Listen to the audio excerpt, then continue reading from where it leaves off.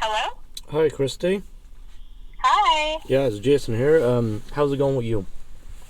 Pretty good. How about you? Not bad at all. Christee Palace. Interesting name for an artist. It's remarkable. You could have that name reserved. Isn't that cool? It's pretty cool for me. It's a short form for what my actual name is. Like my real name is Christee, but my last name is an Italian last name, Palazzolo, and it actually translates to palace. So it worked out pretty well for me. Well, it's a good sign, to sell products and get a common name, which is popular as well. Cool. And Yeah, for sure. and you got a new upcoming single coming out soon. What have you done to me? Now this is a good sounding track you have there. Tell me about it. How long you've been working on it? Well, you know what? The song I wrote actually about a year and a half ago now, and we recorded it not too long after that. But, obviously since the pandemic started, plans have, slightly changed and whatnot. But I felt that the new year was actually perfect time to kind of release this one. I feel like it, in a way, I think a lot of people might be able to relate to it. It's really dark and moody, and I feel like that's perfectly representative of the last year that we've had. And so I thought it was the perfect time to do it. And the song just, takes you on an emotional roller coaster, if you will. And the way that it's written and with the music that sort of accompanies it, you can sort of hear, the helpless realization that you just can't let go of a certain person, or maybe in this case, the past year and the things that have happened. I think it's a good connection to make, for sure.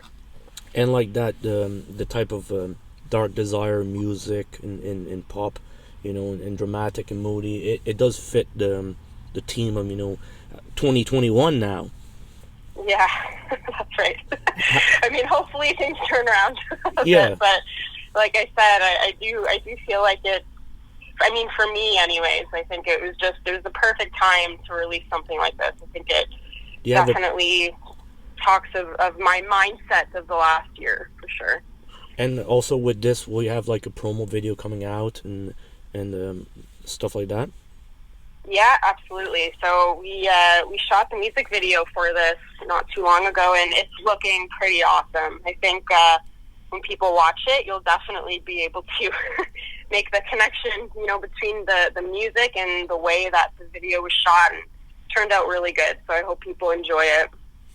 Let's say for releasing singles, which you do a lot, finding the right artwork for a project, is that a big deal for you, or is it just snap on a picture and let's put the name of the title on it?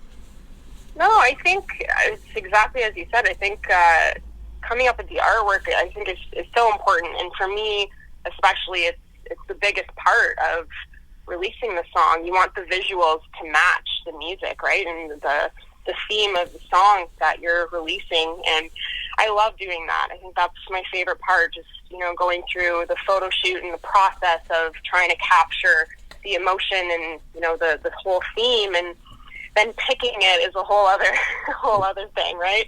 It's a cool process, for sure, but I love that. I think it's very important. Is it easier just to release singles, would you say, than just, let's make a full album here? What's your take on that? Well, I think, especially given the current time, I think singles is the way to go. There's not a lot that we can do to promote ourselves. There is, in a sense. We have social media, we have amazing ways to share our music, but because there's no more touring or live music, it's really hard to connect and do things the way that you would really want to. And, and hoping that things sort of turn around in the next year or so, I think putting out singles is the way to go for now. And you just, at least as long as you're continuing to connect with your fans and put out your art, I think that's a good way to go. And let's say living in Ontario, how's that scene right now? There's probably nothing at all going on there.